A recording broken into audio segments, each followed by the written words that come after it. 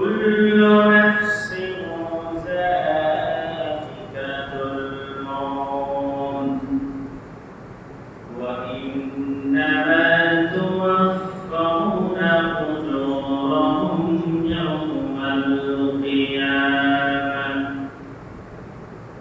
فمن زحزح عن النار وأدخل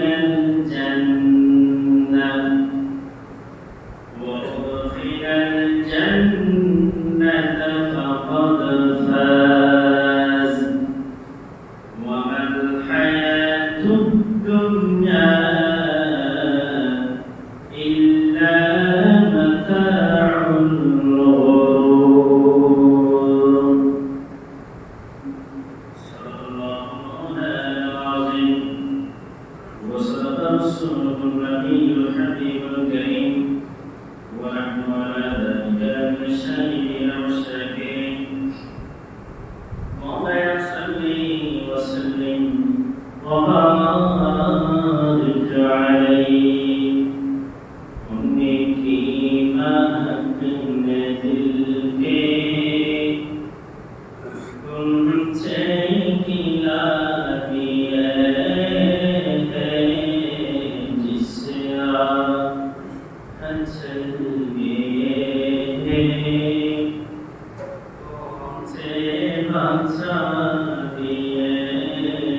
जब आ गई है जोश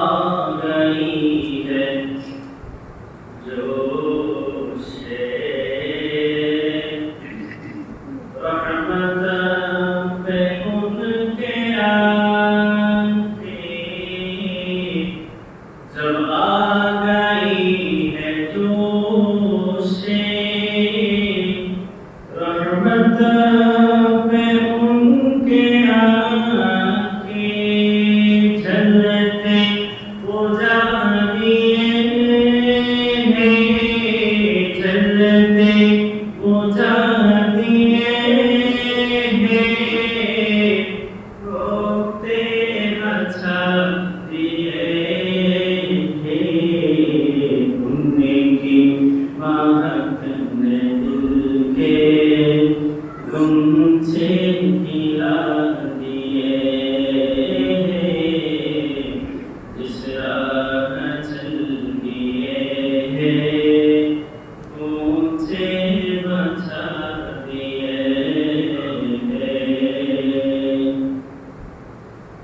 अल्लाह को क्या जहन्नम अब भी न सर्द होगा अल्लाह का जहन्नम अब भी न सर्द होगा दरिया बहा दिए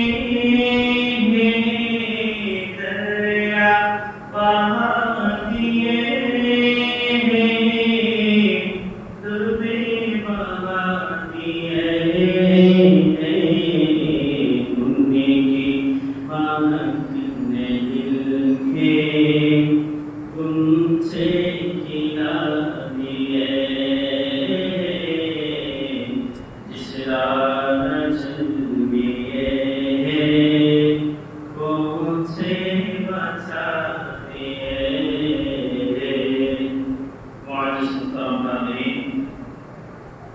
সম্মানিত মুসলিম کرام মুরব্বী এবং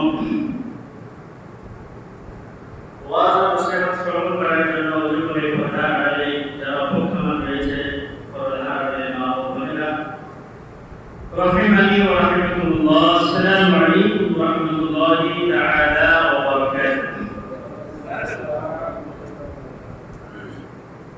রব্বুল আলামিনের দরবারে অসংখ্য গণিত ও শুকরিয়া জ্ঞাপন করছি যে রব্বুল আলামিন আহকামুল হাকিমিন আমাদেরকে সফর মাসের চতুর্থ জুমা আদায় করার জন্য আল্লাহর ঘর মসজিদে এসে বসা ইবাদত বন্দেগী করার সুযোগ করে দিয়েছেন সেই রব্বুল আলামিনের দরবারে শুকরান করি আলহামদুলিল্লাহ। আশহাদু রাসূল আকরাম সাল্লাল্লাহু আলাইহি ওয়াসাল্লামের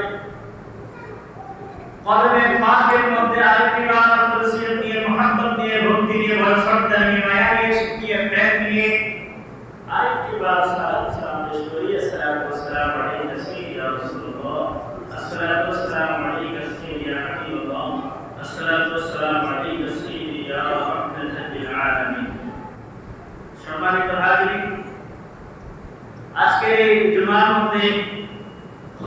তিনি আমাদের মধ্যে একটি আয়াতে কারিমা নির্ধারণ করে দিয়েছেন কোরআনে কারিমের সূরা আনকাবুতের 57 নম্বর আয়াত কুল্লু নাফসিন যায়িকাতুল মউত ওয়া ইন্নামা তুওয়াফফাউনা উজুরাকুম ইয়াওমাল কিয়ামাহ ফামান যুহজিহা আনিন নার ওয়া উদখিলাল জান্নাতা ফাকাদ ফাজ ওয়া মাল হায়াতুদ দুনিয়া ইল্লা মাতাউল গুরুর।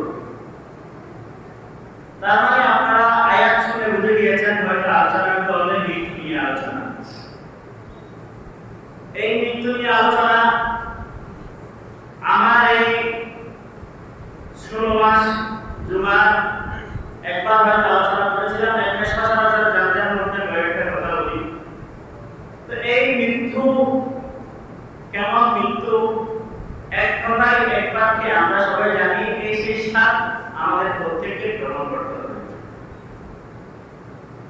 যুগে যুগে কালে কালে নবী রাসূলগণকে রব্বুল আলামিন দিন প্রচার করার জন্য একটা সুযোগ করে দিয়েছেন। যারা নবুয়ত প্রাপ্ত হয়েছে, যারা নবী রাসূল হয়েছে, তাদেরকে একটা সুযোগ করে দিয়েছে, তোমাদের মন চাইলে তোমরা দিন প্রচার করে ইসলামের খেদমত করো, আর যদি মন চায় তোমরা আমার দিদার করো। তাহলে দুটি অপশন তাদেরকে দেওয়া হয়েছে। আমাদের জন্য কোনো অপশন আল্লাহ তাআলা মওত এবং হায়াত এটা আল্লাহর পক্ষ থেকে নির্ধারণ করে দিয়েছেন। তবে রিজিকের ফায়সালা এটা রব্বুল আলামিন আমাদের আমল ইবাদত বন্দেগীর মধ্যে হয়তো পরিবর্তন করেও দিতে পারে। এই মওত এবং হায়াত দুইটা নিয়ে যদি আমরা কথা বলতে যাই, হায়াতের মধ্যে যে আমরা কি করি না করি সবকিছু চলে আসে। তবে মৃত্যু নিয়ে যদি কথা বলি বড় হয়ে যায় বাবা একটা বাক্য মৃত্যু। এই কোরআন কারিমের মধ্যে সূরা আন-নাহলের 57 নম্বর আয়াতের মধ্যে রব্বুল আলামিন বলেছেন কুল্লু নাফসিন যায়িকাতুল মউত। ওগো আমার বান্দারা, তোমাদের প্রত্যেককে এই মৃত্যুর স্বাদ গ্রহণ করতে হবে। ওয়া ইন্নামা তুওয়াফফাউনা উজুরাকুম ইয়াওমাল কিয়ামাহ। এই সেই কিয়ামত দিবসে তোমাদের এই পার্থিব জীবনে এই হায়াতের মধ্যে কি করেছো না করেছো কিয়ামতের ময়দানে হিসাব। ফামান যুহজিহা আনিন নার ওয়া উদখিলাল জান্নাহ। আমার এই আমলনামা, আমার এই পার্থিব জীবনের হায়াতের হিসাব রব্বুল আলামিন এই আমলনামা দ্বারা জান্নাত এবং জাহান্নাম নির্ধারণ করে দিবেন। তাহলে এখন আসুন এই মওত এবং কিয়ামত দিবস, গত জুমাতে সামান্য কিয়ামত দিবস নিয়ে আলোচনা করেছিলাম। পাঁচটি মাত্র প্রশ্ন আমাদেরকে করা হলো। এই পাঁচটি প্রশ্নের মধ্যে সব কিছু চলে আসতেছে। তো এই মওত আল্লাহ হাবিব কি বলে, হযরত আবু হুরায়রা রাদিয়াল্লাহু তাআলা বর্ণনা করেন রাসূলুল্লাহ সাল্লাল্লাহু আলাইহি ওয়াসাল্লাম বিশুদ্ধ করেন আকসিরু যিকরান হাদিহি লাযাতিল মওত। তোমরা ওই সেই মৃত্যুকে অতি সাদরে অতি বিনয়ে ওই মৃত্যুকে গ্রহণ করে নাও, কারণ মৃত্যু কখনো ভয়ে আসে না। মৃত্যু কখনো কাউকে ভয়ে আসে না।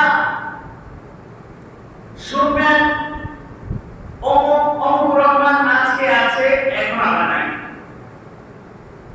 কালকে আমার নামে মসজিদের নাইকে এলান হচ্ছে, পরশুদিন হয়তো যিনি এলান করছে ওনারও মসজিদের নাম নাইকে এলান হচ্ছে। তো এক কথায় বুঝে যায় মৃত্যু ঘরে আসে না। এই জন্য রাসূলুল্লাহ সাল্লাল্লাহু আলাইহি ওয়াসাল্লাম বলেছেন আকসিরু যিকরান হাদিহি লাযাতিল মওত। তোমরা যেখানে থাকবে এবং মৃত্যুকে অতি সাদরে গ্রহণ করে নাও। যদি তোমরা মৃত্যুকে অতি সাদরে অতি বিনয়ে গ্রহণ করে নিতে পারো, তাহলে এই পার্থিব জীবনে, এই সামান্যটুকু জীবনে তুমি সফল কাম, এই সফল কাম দ্বারা তোমার জান্নাত ইনশাআল্লাহ করে যাবে। বলুন সুবহানাল্লাহ। আর এই হাদিসের মধ্যে আমাদের আয়েশা সিদ্দিকা রাদিয়াল্লাহু তাআলা রাসূলুল্লাহ সাল্লাল্লাহু আলাইহি ওয়া সাল্লাম রাসূলুল্লাহ সাল্লাল্লাহু আলাইহি ওয়াসাল্লাম বলেন কি বলে জানতে ইচ্ছা করে, বলেছে বলো। বলছে ইয়া রাসূলুল্লাহ, অনেক সাহাবীরা তো আছে যারা জিহাদের ময়দানে যেতে পারে না। অনেক সাহাবীরা তো আপনার জন্য জান প্রাণ দিয়ে দেওয়ার জন্য প্রস্তুত। ইয়া রাসূলুল্লাহ, যুদ্ধের ময়দানে আমাকে নিয়ে যান, বদরের প্রান্তরে আমাকে নিয়ে যান, উহুদের প্রান্তরে আমাকে নিয়ে যান। ইয়া রাসূলুল্লাহ, একে অপরের যুদ্ধে দিয়ে একে অপরের একটা প্রতিযোগিতামূলক হয়ে যায় আপনার সাথে যুদ্ধ করার জন্য। অনেকেই সাহাবীরা আছে যারা আপনার সাথে জিহাদের ময়দানে যেতে পারে না, যারা আপনার সাথে যুদ্ধ করার জন্য যেতে পারে না। আমাদের আয়েশা সিদ্দিকা রাদিয়াল্লাহু তাআলা বলেন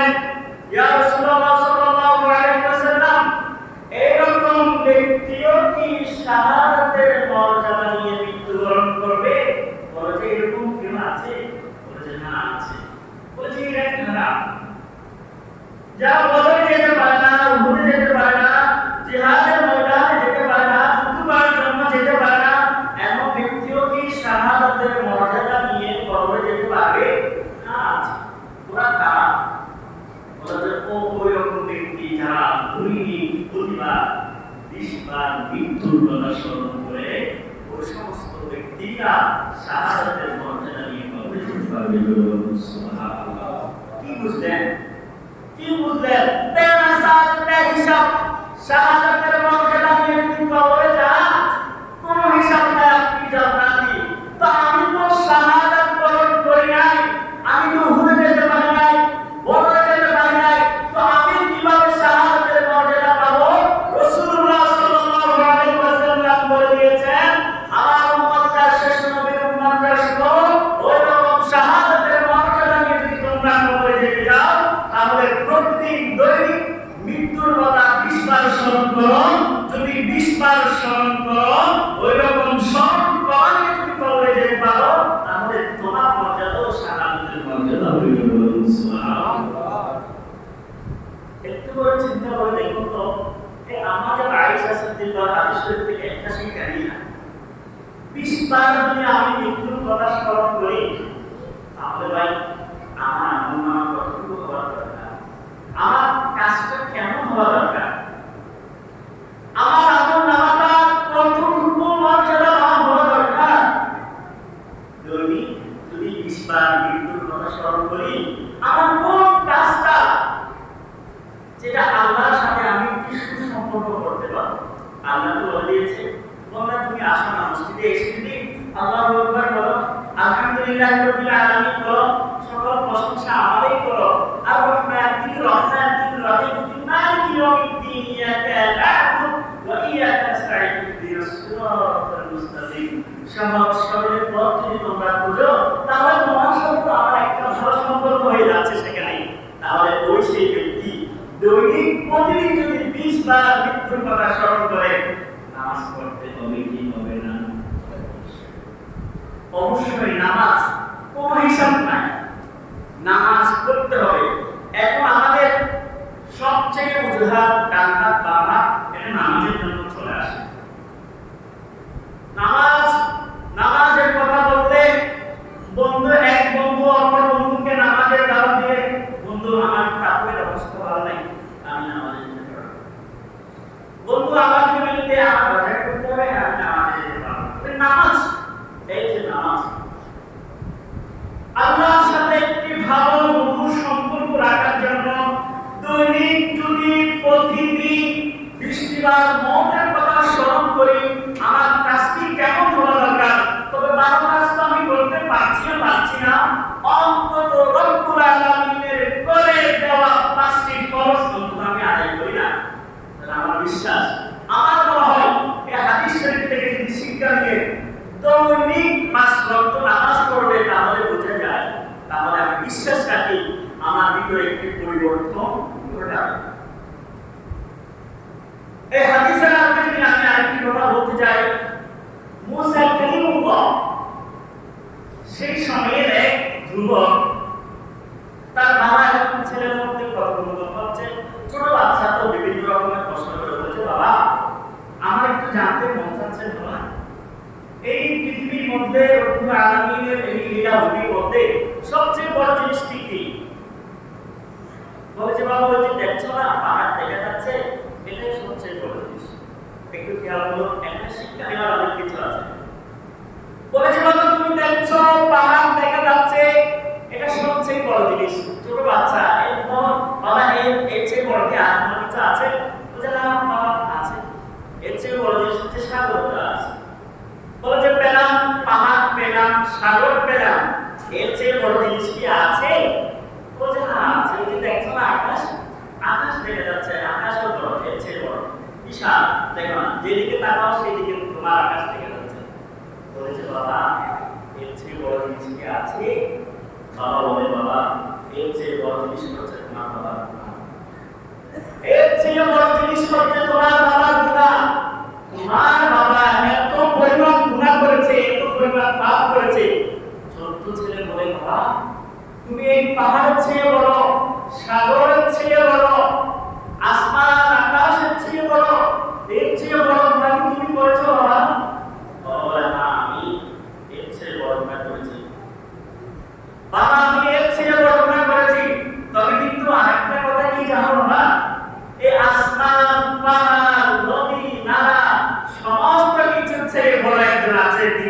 মালিক লা ইলাহা ইল্লাল্লাহ বলুন সুবহানাল্লাহ।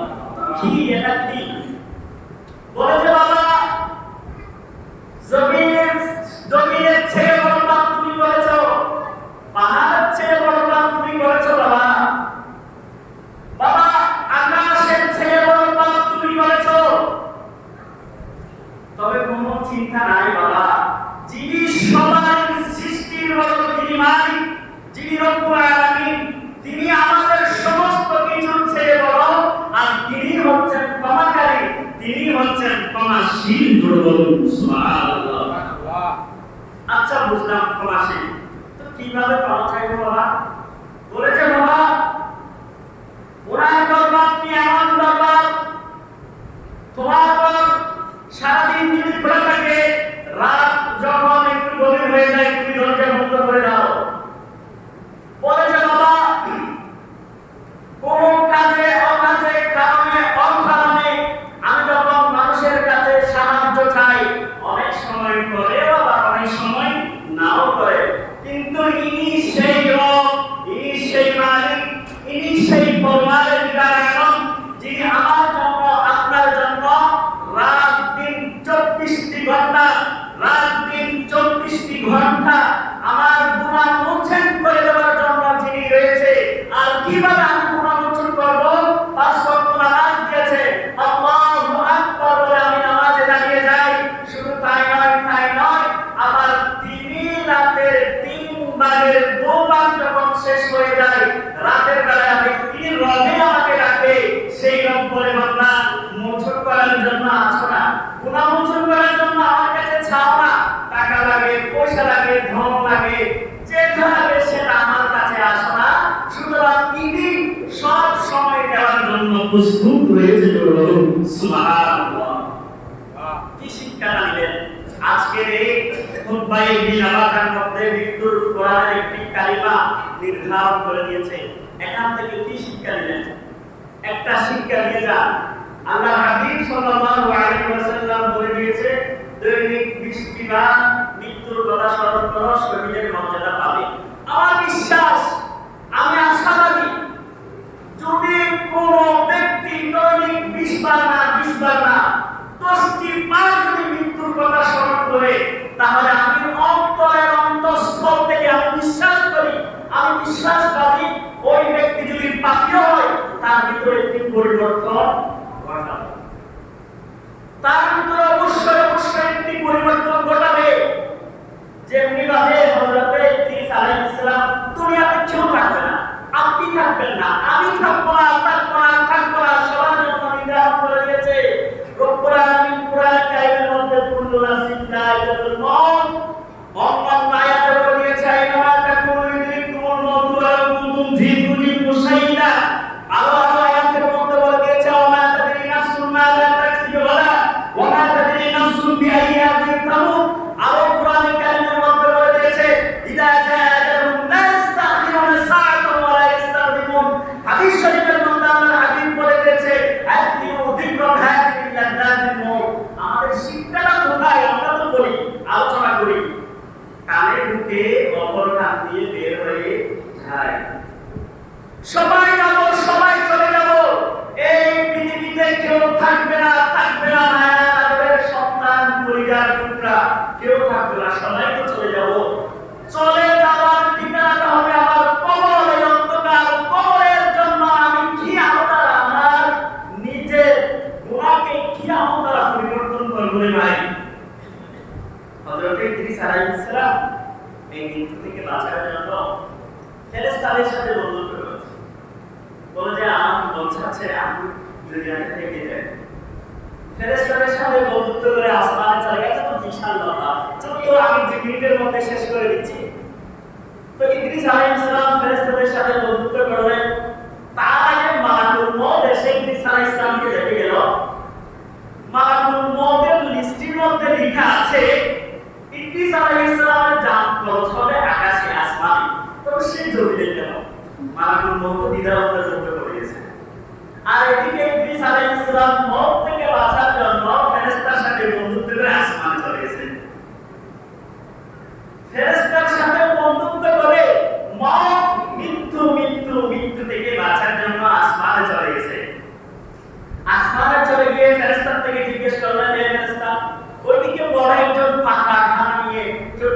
ঘোরাঘুরি করতেছে সে কে? বলে যে আপনি যার হাত থেকে বাঁচার জন্য আসমানে চলে আসছেন ইনি হচ্ছে সেই মানবী নূহ। তাহলে কি বুঝলেন? কি বুঝলেন? এই মৃত্যুর স্বাদ গ্রহণ না করার জন্য দুনিয়াতে আমরা কত কিছু করি। এরকম অনেক ঘটনা আপনারা জানেন, কোনো কিছু বলছি না। অনেকেই শুনেছেন আপনারা লোহার ঘর বানিয়ে লোহার ঘরের ভিতরে দেখেছে, পানির ভিতরে দেখেছে, এরকম অনেক কিছু আপনারা শুনেছেন। তবে দুনিয়ার মধ্যে কেউ থাকতে পারে না। দুনিয়ার মধ্যে কেউ থাকতে পারে নাই। বলেন তো আপনার সন্তানকে যদি আপনি বলেন বাবা তোমার জন্য আমি অনেক কিছু করেছি, তোমাকে বড় আম বানিয়েছি, বড় মোবাইল বানিয়েছি, চাকরি কেন্দ্রে যাওয়া মসজিদে তুমি যুব বড় বড় আম তোমাকে আমি বানিয়েছি, আচ্ছা আমার মৃত্যুর পরে আমাকে একটু পাবি, আমার এই যে খবর আজাবের ভাবি তুমি কি অর্ধেক দিন না? এরকম একটা সন্তানকে আপনারা দেখতে পাবেন, তাহলে বুঝে যায় নিজের জবাবদিহিতা নিজেকে করতে হবে। নিজের জবাবদিহিতা নিজেকে, নিজের আমল নিজেকে করতে হবে। সেই আমলের জবাবদিহি আমার কি আছে? কি আছে? কিছু করি নাই। মৃত্যুর প্রস্তুতিতে আমি কোনো কিছুই করি নাই। হাদিস শরীফ থেকে শিক্ষা নিচ্ছি, দৈনিক 20 বার মৃত্যুর কথা স্মরণ কই করবা, একদিনে তো করলাম না। এই যে এমন এমন দেখা যায়, আমার যেগুলো আমি রিয়েল লাইফে দেখেছি, যেগুলো রিয়েলাইজ করেছি সেগুলো বলতেছি। আজকে মানুষ মারা গেছে বিকালে মাগরিবখানি বসছে, তো কই শিক্ষা নিলাম? মৃত্যু থেকে কই শিক্ষা নিলাম? আরেকটা শিক্ষার কথা আমি আপনাদেরকে বলি, ওয়া ইন্নালা তুওয়াফাউনা উজুরাহুম ইয়াওমাল কিয়ামা। এই আয়াতের ব্যাখ্যা বিশ্লেষণের মধ্যে আরেকটি শিক্ষা আপনাদেরকে বলি। আমেরিকার একজন পেশাদার ডিজাইনার, বিখ্যাত একজন ব্যক্তি, সে মৃত্যুর আগে বিশাল আকারে একটি চিঠি লিখে দিয়েছে। তার চিঠির মধ্যে বলে দিয়েছে, আমার এই যে চুল ঝুমর একটু শীতকালীন, আমার যুবক ভাই, আমার বন্ধুগণ, এই ওয়াকিয়া থেকে একটু শীতকালীন। এই সেই ডিজাইনার মৃত্যুর আগে একটা চিঠির মধ্যে বলে দিয়েছে, আমি যখন দুনিয়ার মধ্যে ছিলাম আমার এই যে চুল কাটিং করার জন্য 10 জন 7 জন ব্যক্তির প্রয়োজন হতো, আমার শরীর মেসেজ করে দেওয়ার জন্য 7-8 জন প্রয়োজন হতো। তবে আমি আজ ক্যান্সারে আক্রান্ত হয়ে হাসপাতালের মধ্যে আমার সব চুল পড়ে গেছে, কারো ক্ষমতা নাই আমার চুল দেওয়ার জন্য। মৃত্যুর আগে তার চিঠির শুরুটা কেমন ছিল? বলে যে দুনিয়ার মধ্যে এমন এমন ব্র্যান্ডের গাড়ি নিয়ে আমি চলাফেরা করেছি, দিনের পর দিন, মাসের পর মাস আমি ব্র্যান্ডের গাড়িগুলো আমি চেঞ্জ করতাম। তবে আজ আমার অসুস্থতার কারণে আমাকে হাসপাতালে হ্যান্ড চেয়ার করে আমাকে চলাফেরা করতে হচ্ছে। আমি আমার টাকা পয়সা সমস্ত যদি ডাক্তারকে ওই ডাক্তার বলে আমাদের কোনো সুযোগ নাই, আপনাকে হ্যান্ড চেয়ার করে চলাফেরা করতে হবে। দুনিয়ার মধ্যে এমন কোন রেস্টুরেন্ট নাই যেখানে আমি ব্রেকফাস্ট করি নাই, যেখানে আমি ডিনার করি নাই, যেখানে আমি লাঞ্চ করি নাই। পৃথিবীর মধ্যে এমন কোন রেস্টুরেন্ট নাই, বড় বড় দামি রেস্টুরেন্টে আমি গিয়েছি, আমি নেচেছি। তবে ডাক্তার আমার অসুস্থতার কারণে আমাকে বলে দিয়েছে আপনাকে পানি ছাড়া আর কোনো কিছু দেওয়া হবে।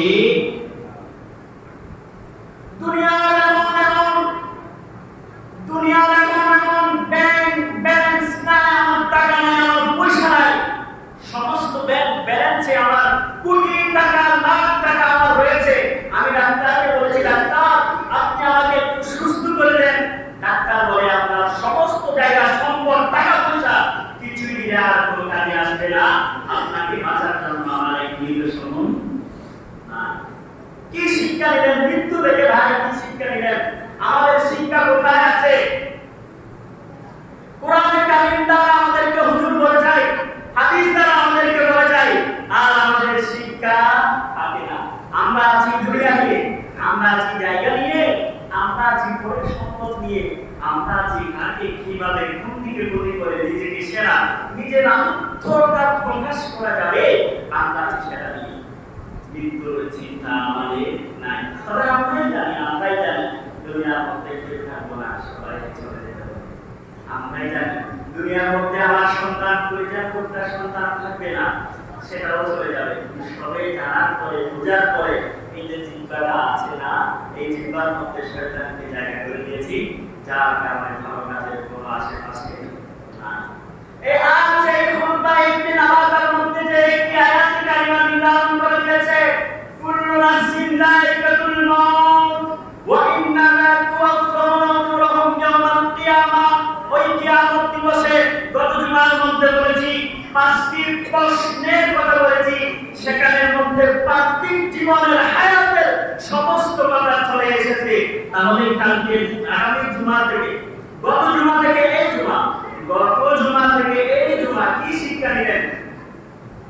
আমাদের আছে কিন্তু, আমাদের আছে কবর, আমাদের আছে হাসর, আমাদের আছে সমস্ত কিছু, কিন্তু এই সব বিষয় আমাকে বিশ্বাস করে বুকে প্রাণে অন্তরে ধারণ করে আমার এই সংকীর্ণ হায়াত জীবনকে যদি আমি কাজে লাগাতে পারি, তাহলে আমার জন্য এসেছে ওয়াল্লাযীনা আমানু ওয়া আমিলুস সালিহাতি লাউওয়াফিয়ান্নাহুম মিনাল জান্নাহ।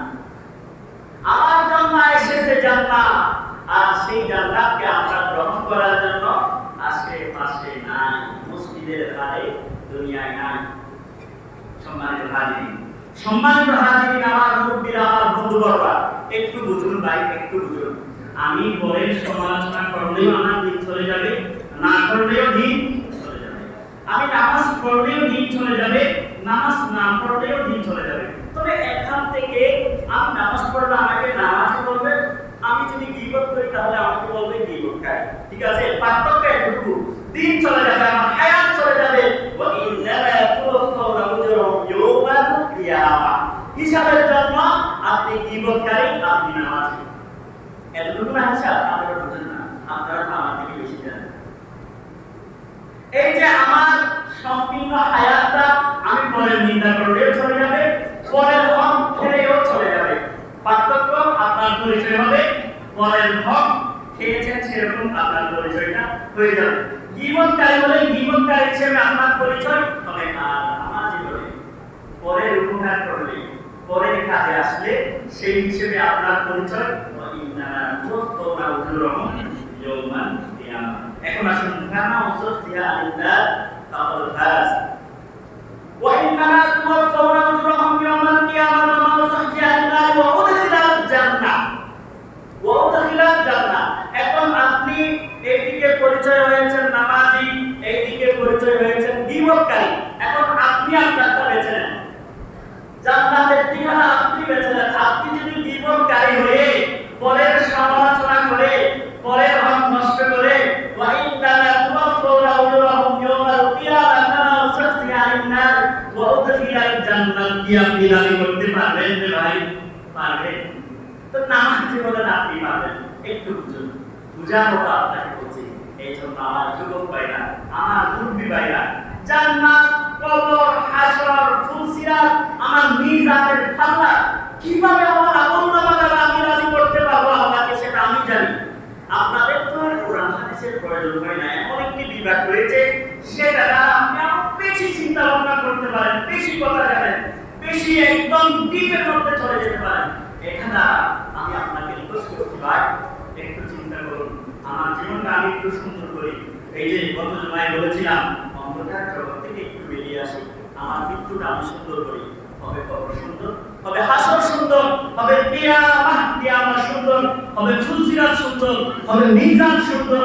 সমস্ত কিছু সুন্দর করে আপনি দাবি করবেন না, তখন আল্লাহ তাকে বলে দিবেন, যাও তুমি জান্নাতে চলে যাও। বলুন সুবহানাল্লাহ।